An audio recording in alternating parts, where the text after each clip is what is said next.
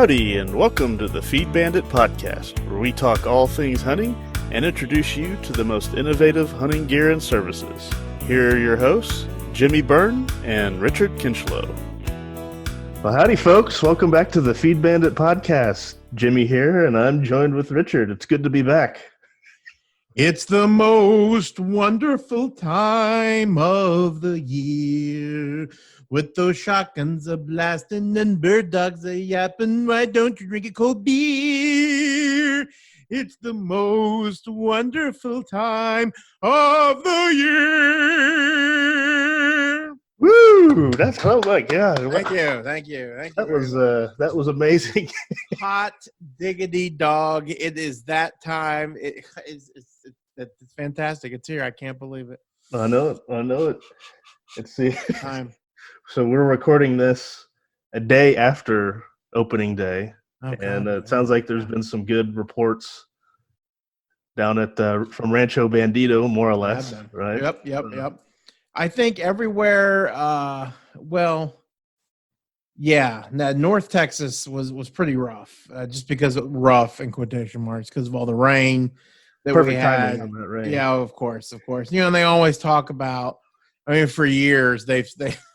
You know, the old tradition is, opening day, you're going to get rained out. I swear to God, in the 75 years I've been dove hunting, I've never had an open day raining out. But I didn't want to jinx myself. So I'm like, yeah, I remember that season. It got rained out. It was terrible, horrible. But but yeah, it is here. And thank God. I mean, talk about one of the things that we all need as hunters and as Texans. We need an escape from this reality. No more election, no more stupid coronavirus. No more loser brigades protesting. Yeah, exactly. No more burning down car dealerships and destroying, the hardworking men and women's, destroying their lives by looting and all that kind of stuff. It's dove season, and literally at this point, everything is right in the world. So absolutely. So we're gonna be out there day after tomorrow. You're still going Friday? Yeah. Okay. Oh, yeah. For the first hunt of the year. So it'll be and 3-4 days after the actual opening day. No. And I have horrible anxiety. It's absolutely awful. As if I didn't have enough crap going on in my life. I've been trying to temper it. I haven't been looking at the calendar, but when August 31st came around, I just felt that anxiety. I'm like, oh my God, are they going to be there? When am I going to shoot? And of course, what'll end up happening is, God willing, on Friday I get to hunt a little bit. If I can make it out working time, I'll miss the first 5 birds, and then I literally will shave off a week off my life, stressing about it, and then I'll get back in the groove, and then we'll listen to some Texas high school football and drink some vodka, and it's going to be great. Oh man, thank God it's here. Yeah, those first several shots, you gotta get the rust off. We do. Of course, I have rust permanently on me, so Well, it's funny actually. A lot of and then we'll jump right into some kind of the tips and hints and all that kind of stuff. But something that I'm surprised I remember this, but. Every dove season, when you go out there and you put your mojo decoy out there, we tend to kind of forget, the distances, even though we've been doing it forever, I swear to God, sometimes I end up looking at my mojo decoy. I'm like, wow, there you go, Smarty. You put it at 5 yards, Don't forget that a lot of these birds, have not seen mojo decoys in over a year. Some of them may never have seen it. So, you are not going to be effective when I don't care what kind of shotgun you're shooting at, 5 yards. You need that decoy at least 10 to 15 yards. You don't want those birds right in front of you because you will miss them. I mean, truthfully, you don't, that gun will not open, that wad will not open up in time to hit a bird that close. And that thinking and that strategy also works for when you've got dove or ducks flying right at you. You would think, the closer they are, the more fatal the shot. Dude, let me tell you. Like shooting a buckshot at a dove or something. Yeah, exactly. Well, no, I mean, no, not even that. The thing is that you'll miss them completely if they're too close because the wad hadn't had time to open up. Yeah. it's kind of one of those things where, you got to think about it, put your mojo out there and think about it because, you want it out there far enough. That's for sure. Right, that's true. And if also, I mean, other than the wad not opening, I mean, how much faster do they seem when they're closer? Oh God! Anyway, so it's like if you're like me and have a hard enough time leading them further out. Oh, it's terrible. Yeah. Oh yeah, that's terrible.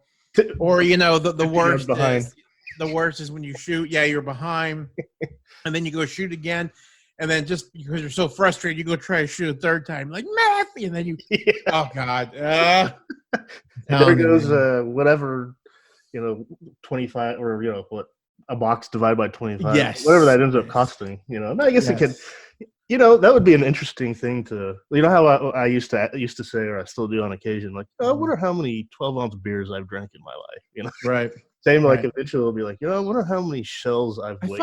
I thought we figured that out. We said like 12 million, I think. 12 million. Beer. Yeah. Oh, beer. Well, I got a little quiz for you.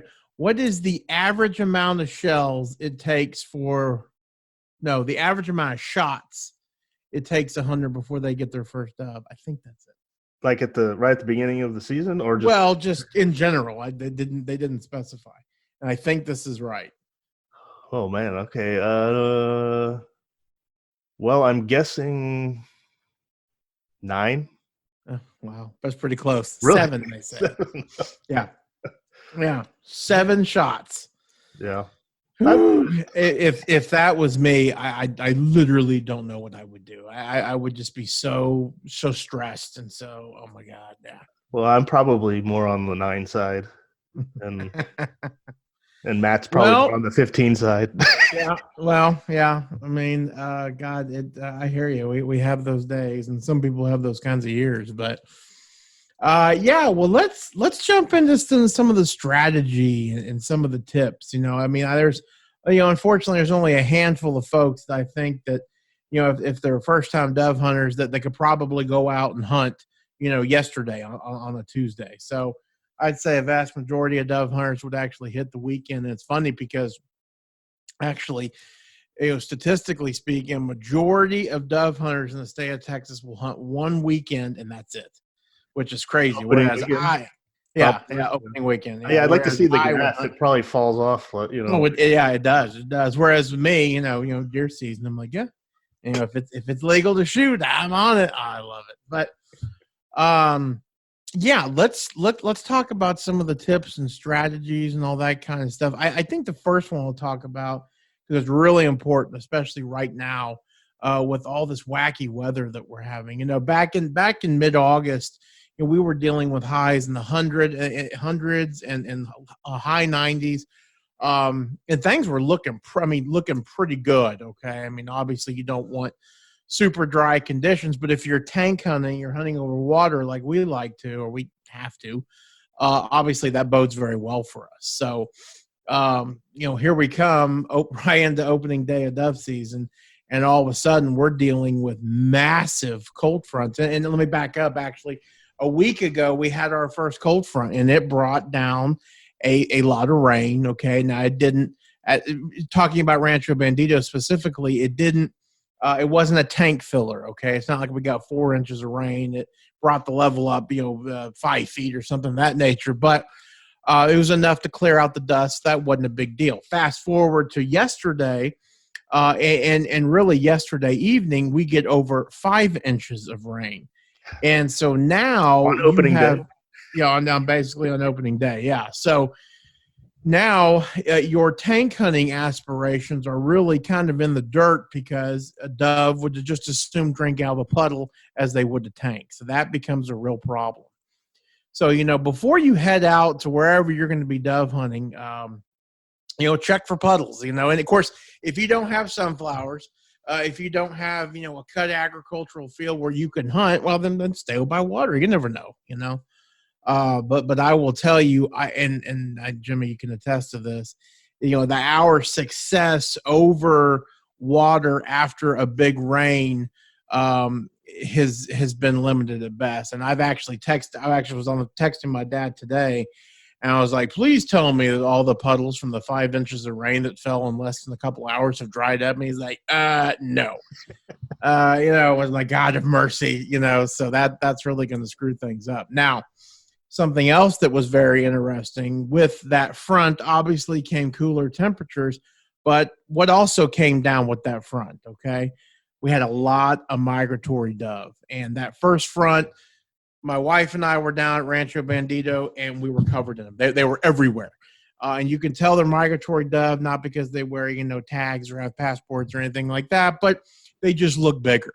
They look bigger, they fly a little bit slower, and they're in pretty big groups. So I was salivating already, and the fact we had about 15 teal on the main house tank of Rancho Bandito. So that's a real big indicator that you've had a migration. And of course, checking in with my dad yesterday, that was 15 teal, multiplied many time over, and now he says there are tens of hundreds of teal on the lake right now. I'm like, wow, that's good.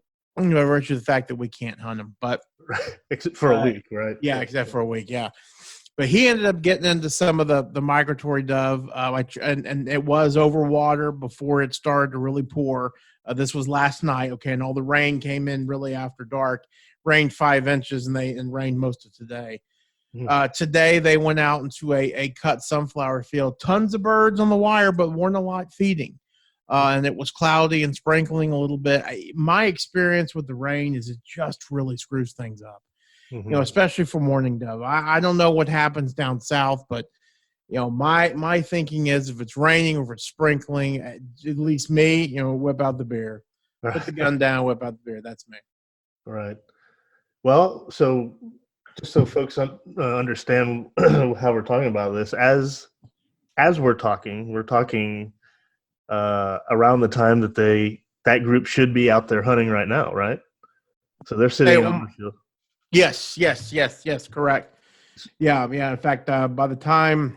So are we going to get some text updates maybe as we're we might recording here? We might. Yeah, we might, and I think there's a high probability that my negative Nancy dad will be writing us back a one-liner like skunked, nothing, unbelievable, something of that nature. Well, that just means that it'll be resting for us. It's true. That's very true. That's very true. Yeah. No, that's a very good point. So yeah, I think a big thing about this is though, and it's easy to get kind of discouraged. I think, especially from our past experience. Sure. With the rain and everything. And yeah. I looked this morning at the weather because of everything that happened here last night. Right. I held off looking down there Yep. on the ranch to see what the forecast would be this weekend. And I looked and I saw, you go on there and it has 50, 60% on one day or whatever, and I look at it and the first reaction is like, come on, like get a little discouraged or whatever. But at the same time, I think a big thing to do to remember for everyone listening is you never know. I mean, weather conditions could change. You're dealing with wild animals, wild birds. Yeah. That you never know. I mean, there's been times when we've gone out and not thinking anything's going to happen and we limit, or whatever. Yeah. No, you're exactly right. And I fondly remember one of those. In fact, it was the night that my grandfather passed away. You and I were out, and we had set up in a little bit of a cut sunflower field. There was nothing coming in, and we got bored and said, you know what, let's drive down this road. And we did. And it was a pretty dry September, and we just had a little puddle of water, and we absolutely smacked them. And we limited out and 15 minutes. It was incredible. So no, you're right. Don't get down, keep it up, try to, but just remember where they love to be. Don't think that you can go out there and sit in the pasture and expect to do anything. Obviously hang around those food sources, whether it be, again, the agricultural fields, that obviously they love sunflowers. If you've got dead sunflowers, that is, if you've got dead sunflowers with a telephone pole or any sort of wire above your head and near water, you're going to be in dove heaven. So, watch where you're going, watch the weather, and that'll definitely help improve your chances of having a good, inaugural dove hunt. That's for sure. So what is it about the sunflower seed Mm-hmm. that they love so much? Is it because of the way they use it in their crawl or something? Well, it's a good question, and we've got to remember that the sunflower is a weed, and so I think it does extremely well in dry, horrible conditions, and let's face it, sometimes in Texas here, when you've got a field or a parking lot that's grown over, okay, it's just not conducive to growing, good old fashioned native grasses. So what's going to pop up? A weed. Right. And so I think that the reason why they're so attracted to sunflowers is because that's just what they're used to eating. There's so many of them out there, Mm-hmm. and then also I think it's the tonnage per head. Each one of those heads, produces, a good amount of little sunflowers. And that's the other thing, for a lot of beginner dove hunters, these are not the sunflowers that you eat while you're playing baseball. These things are really, really small. These aren't David sunflowers? Yeah, that's right. Yeah. And we actually did hunt over the traditional mammoth sunflowers in Lubbock and did pretty good. But they really love those wild ones and the real small. And again, how do they see them on the ground? I don't know. I guess it helps when you're about an inch tall and you can actually see the ground. True. And they have pretty good eyesight. I mean, yes, they do. I guess there's a reason why we got to wear camo and exactly move and. Yep. Well, okay. I tell you what. Let's hop right into good that. Segue into that's a good segue. Yeah. Right. Yeah. So doves see in color. They see in color real well, and they can detect movement. And I would say that, one of the reasons why, besides just in general having issues of shooting a moving animal, but that people's hunts get foiled, if you will, is because they're out of position, they're moving too much, or they're not in some sort of camo. And we don't. I know you don't hunt in full camo, and I don't either, but we typically hunt in drab clothing. And a lot of folks wear pants. We don't. We wear shorts and snake boots. And I got camo shorts, however. Yeah, I do too. Yeah, absolutely.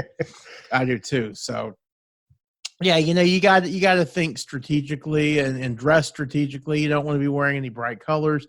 Obviously, nothing white. Now, of course, if you're in the public area and they require you to wear hunter orange, well, go ahead and just pray to God you've got some blind doves that are flying over near you. But one of the things that I really tell a lot of new people that are dove hunting is try to use the environment to your advantage. So if you're sitting around a tank, okay, and it's just you, if you can, and if the birds are using this pattern, flying like this. If you're hunting in the evening, try to have your back to the sun, okay? Because obviously, if you got a bird coming at you, and the sun's in your back, that sun will kind of hamper their eyesight. Now, it's not going to completely, assure you that you can, fire up the band and start moving like crazy, but it's definitely going to give you the advantage for a little bit over that bird. No doubt. What do you think about sound? Yeah. We're typically up there, or at least, when Matt and I sit up together, we usually have a speaker with music blaring. Oh, yeah. No, it is unbelievable. Like, are we here to party or are we here to shoot dove? Yeah. And, that's a good point. I don't know how dove hear. Yeah. I do know one thing, they don't like shotgun blasts, They certainly will flare at that. I definitely know that. And I wonder if that's more the blast sound, sound is a wave, right? So I wonder more than feeling the pressure change, or if it's the actual audible sound. I don't know. That would be an interesting. That's a good point. Well, and thinking about it this way too. When we're in a big tank, that's only just a little bit full, if it's down there in that bowl and you're shooting into a bowl, there's got to be some echo or reverberation or something like that. And so it's probably got to be a little bit louder, but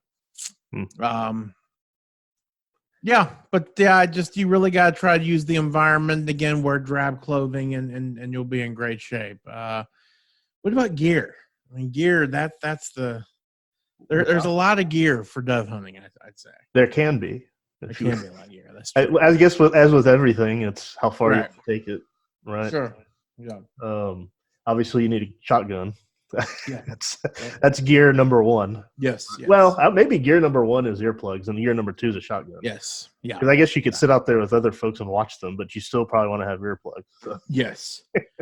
Yeah, that's a real good way to lose your hearing, not wearing earplugs. And I'll tell you, I use, and a lot of our friends actually use those, Walker game ears and stuff, which if you're interested in, they're actually on our website and our Feed Bandit gear.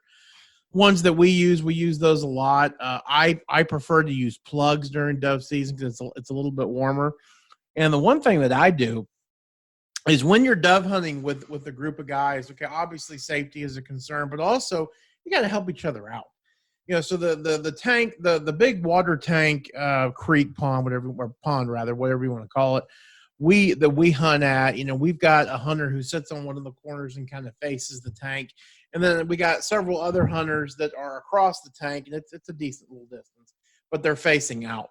So, the person who's hunting in the first position I talked about, they're really responsible for telling the guys facing away, hey guys, you got a bird coming over your back.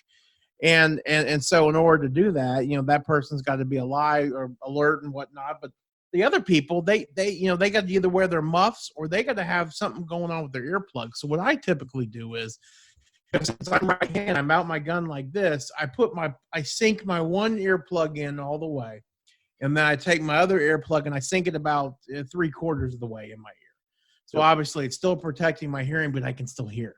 Right. And then obviously when you got kids too, I mean that's a big deal because you want to hear if something's going on, whatever. So no, I do the same thing. It's just simple and easy. Yep.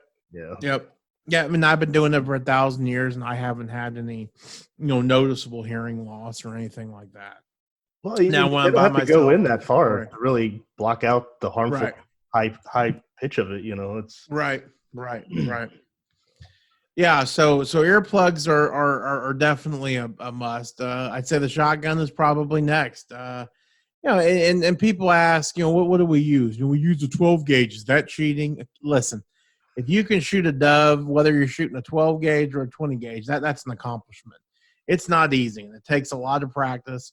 12 gauge is just fine, and I recommend 8-shot dove loads with a 12 gauge. If you're shooting a 20 gauge, you can shoot 8-shot as well, 20 gauge, or 7.5s. 7.5s are going to be a little bit bigger. I've actually prefer those for migratory dove because, again, they're a little bit bigger, a little harder to bring down. I'd also shoot 7.5s if you're hunting down in South Texas because you're going to be in the white wings. The white wing dove are a little bit bigger than the mourning dove. We got into some white wings up near Rancho Bandito a couple of years back, and it was amazing how the 8-shots would kind of put them down, but it felt like we were running after a lot, or at least the dogs were. So yeah, that's kind of my suggestion as far as guns are concerned, but really make sure, especially if you're new, make sure you watch the loads that you're using. A lot of people go out there and well, it's got a 12 on it and we'll use it. Well, you could be using small game loads, 6-shot, 4-shot. And you will literally have nothing but chunks of meat and feathers if you actually connect with the dove. Why are these shells so expensive? They're yeah. Oh, it's steel. Yeah. Oh. Yeah, or steel shells. All right, so what are these turkey shells? Yeah, that's right. Oh God, can you imagine? It's nothing but feathers. Yeah. Just evaporate. Yep. I guess the other thing. Go ahead. Obviously, you want to be legal, so don't forget to get your license, which is on my agenda for tomorrow. So I'm going to go do that. Yep. That's key. Absolutely. Don't forget it. That's definitely a needed thing. But a chair too. Yeah. A chair and then something to put your birds in. They're probably and obviously water, things of that nature. But a chair, in my opinion, is real important. Some guys, and it is what it is. If the birds are thick, the birds are thick. And you could be out there in the Oscar Mayer Wienermobile and they're still going to come flying over you, but a lot of guys hunt from the tailgate of their pickup, and boy, that's nice and that's comfortable and all that. But we prefer, Jimmy and I do a chair that's mobile, it swings, it's got good back support. So we use the Mac Daddy Caddy, and we've talked about that a million times. But the Mac Daddy Caddy's got wheels on it. Our friends make fun of us. They make fun of us because they're jealous that they don't have one, and of course they make all kinds of crass and rude jokes. But again, we would just water off of our little dove feather backs. Envy is the highest form of flattery. It is for sure. So, but a cart system kind of like the Mac Daddy Caddy puts all your gear right there. Because let's face it, if you're out there in the dove field, there, especially if you're hunting, on public land and stuff, you may have a hell of a walk. Okay, and you got shells, water, chairs, decoys. The Mac Daddy Caddy and systems like it give you the ability to be very mobile, and that is absolutely tremendous. Mm-hmm. So that's very important in our book. We've got some friends who use the almost kind of like the camp chairs, and that's good too. I mean, if you can shoot sitting down, that's fine. But for me, at least, I kind of shoot more leaning forward type thing, and since I'm fat and can't move very fast anymore, it would take a minute. I'd have to kind of scoot up in my chair. Need a little bit more support than a camp chair will. Yeah. A little more up. Yeah. Of course, it's not my fault. I've got the COVID fat-itis. Anyway. It's your big bone. I am big bone. I'm husky. or festively plump. Festively plump. God, husky is a great word. I mean, you don't hear that much anymore. So if we ever come up with a clothing line, I swear we need to bring back husky. Yeah. Husky. I wonder if we The other thing I want to do is I want to start having men's clothes labeled like female clothes. I mean, for example, like a size 12 in females is really like a 48 in men's, but they do it because they don't make it feel bad, So The new triple X is going to be a thigh thick. Is what I think we're gonna do. So, anyways, we're gonna work on that. If y'all are interested in our clothing line, maybe a couple of years may never happen. But just to let you know, that's a little preview of what's gonna happen if something coming down the pike eventually. Absolutely. Yeah. Awesome. So that is basics, really. Yeah, no, it is. But I ultimately and lead. Yeah, and lead. Yeah, make sure you lead those birds. Yeah, More lead. Yeah, you go to Argentina and you'll hear that more times, which we're supposed to be there right now. Or last weekend, by the way. Was it? Stupid coronas. But yeah, no, definitely you've got to lead those birds. If you're following a bird, your barrel's got to be in front of that bird. And if you stop, you ain't gonna hit that bird. You got to swing through that bird. And like hitting a golf ball or exactly ball, right? Yep. If the sooner you get that in the head, the more successful you're going to be out there in the field. And don't get frustrated, guys. It takes a while. And listen, they're not all going to be right to left, left to right. They're going to be coming from over your back. They're going to be coming straight at you. So practice makes perfect. But man, it is a lot of fun. It is a deeply rooted Texas tradition that is so cool. I have fond memories of opening day of dove seasons and small town Texas, and my dad and I and some of his buddies were hunting a field. Maybe it was out in Woodson or near Throckmorton, and we would go into town, and the little hotels are packed with hunters and dogs, and they're in tailgates, and they're drinking beer, and they're celebrating, and they're laughing. And let me tell you, man, you can't get any more Texan than that. You cannot get that. That's what it's all about, the camaraderie. And of course the other thing is obviously being there were so many people in that small town, you're supporting that small town, which obviously is one of the focal missions of Feed Bandit and is near and dear to both Jimmy and I's heart. Yep, absolutely. And speaking of along those lines, not only supporting small town or the feed store there or whatever, we also we do this to help other small hunting gear Absolutely. Makers and whatnot, service providers to get out there. And since it's dove season, we want to remind you of one that we talked to way back on episode 71 from Dove Gear, the Ultimate Bird Vest. Remember? Oh, yes. God, yes. So it's something to check out if you're in the market, if you're experienced, but you're in the market for a new belt or a vest or whatever, or if you're new, check out the Ultimate Bird Vest. It's from dove-gear.com. Yep. Or you can go to our website, look up episode 71, where we talk to Terry Kohler, who owns Dove Gear, and we talk about all about the vest and dove hunting. So that's a good episode for folks to go back and take a look. For sure. So I tell you what, that vest, and we talk about it on the episode. Again, I also encourage people to go look at it. That vest is really encompasses everything that has been missed out on all the years. Typically when it comes to bird belts, you either got a bird belt or you got a bird vest. And the bird vest that they have, they got the liners in the back, and you can hold like 4 shells. I mean, they just have never been, in my opinion, been all that good. So you either have those or you have the big pheasant hunting jackets, which of course if you wore in Texas, you would die instantly of a heat stroke. And then you've got the bird belts, which I grew up using. But one of the problems is when you're using, of course, when I was hunting on the stool before I was fat, it wasn't that big of a deal. My birds would hang down, right? Or would hang down over the stool. Well, now that I like to have a back because I'm fat, when you got birds in your back, they smash up against me. I feel guilt. You're like, "Ooh, help me," But the good thing about the Ultimate Dove Vest is the fact that, if I remember correctly, it's got so many pockets that they really can be on the side, and I think they're adjustable. Right. That thing is, what it is? It's like a Dove tactical vest. Yeah, it is. If you take a look at it, that's what it looks like. Yeah, it's pretty sweet. It's a really cool deal. He's a good man, too. He's a nice guy, and it's a great company. He is an absolute avid dove hunter. In fact, he may not even hear this because he's going to be out there in the field. Right. If I had to guess. He's probably close to his limit right now. Oh, he's so lucky, yeah. Yeah, it's funny to say that about smashing the birds. When I wore the belt, I had to have the same problem, only I would just sit down. Yep. I'd always just sit on them because it'd fold under me.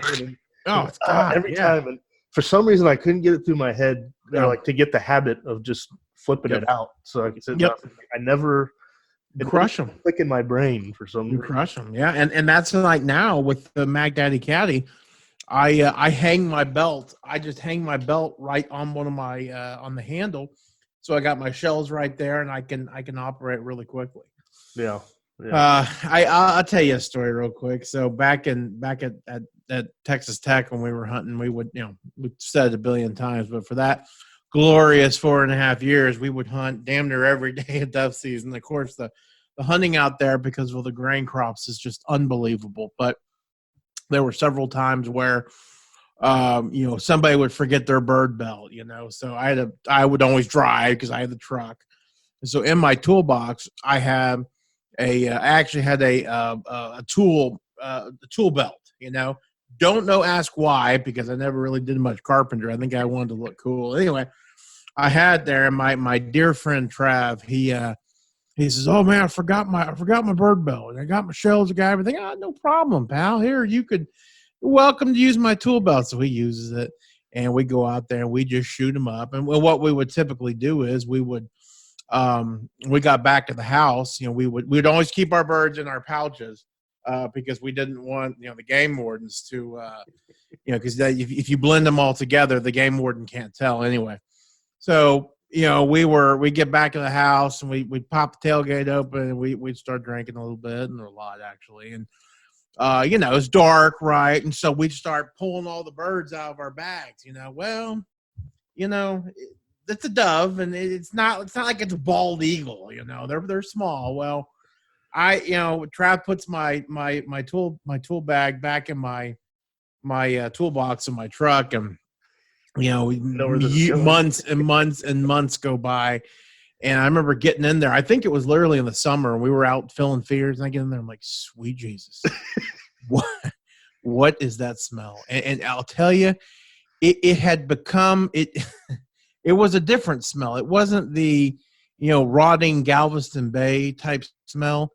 And you're going to think I'm nuts, but it smelled like Band-Aids.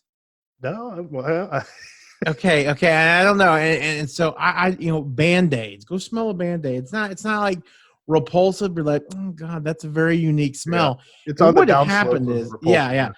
my dear friend, my best friend of all time. Okay. My dear friend had gotten a little careless. Okay.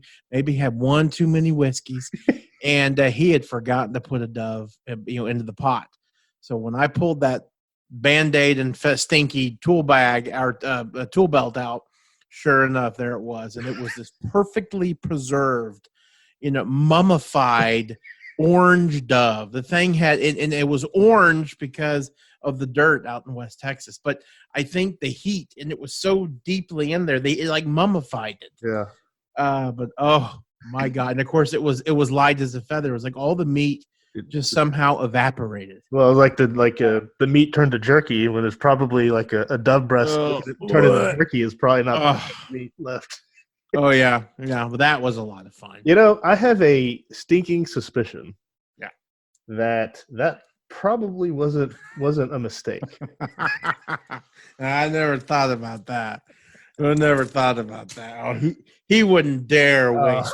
He wouldn't dare waste a bird. Now I can definitely see him putting, a couple of dove heads in the truck, and in fact, he probably did that at one point. Well, I don't know. If the dove are that plentiful, then I think foregoing one of them for that would be worth it.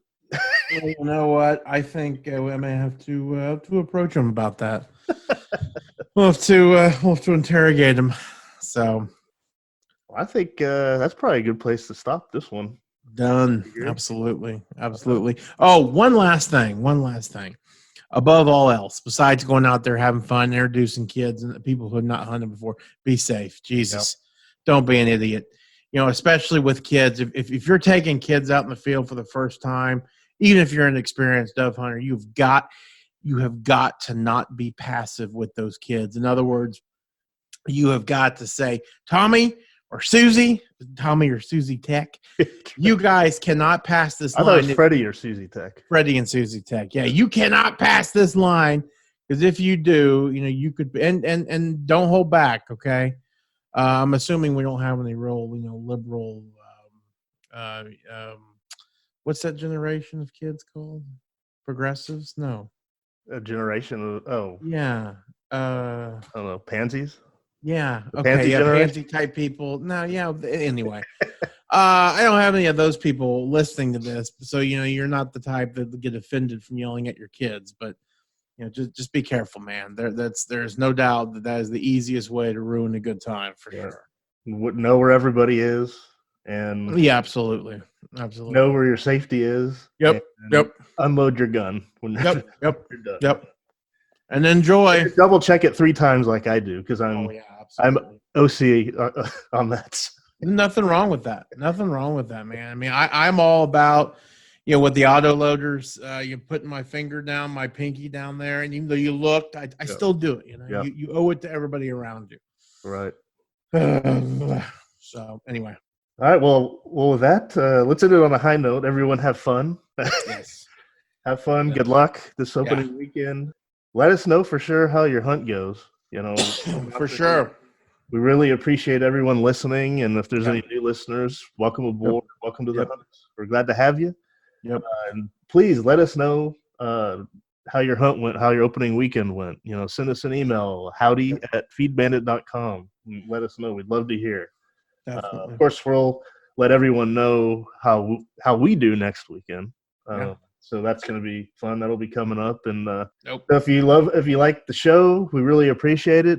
Yep. Please go on and whatever you listen it on, rate and review us. Please. And send it. Let your friends know about the show. We really appreciate it. That really helps to kind of spread the word. Regular listeners know that we say our passion is supporting small town culture, supporting like feed stores, the businesses in those towns that really help us out. The smaller businesses in the hunting space, things of that nature. So we're really, trying to get out there to help those folks. So when you come on board and you listen, please do that as well. Good luck this weekend. Have a good one, and we'll talk to you on the next one. Thanks for listening to the Feed Bandit Podcast. If you like what we discuss on the show, be sure to sign up to our email list to get even more killer hunting ideas, tips, tricks, and exclusive deals on innovative hunting gear and services delivered straight to your inbox. Sign up over at feedbandit.com or simply by texting the word bandit to 33777. See you on the next one. And remember, support your local feed store.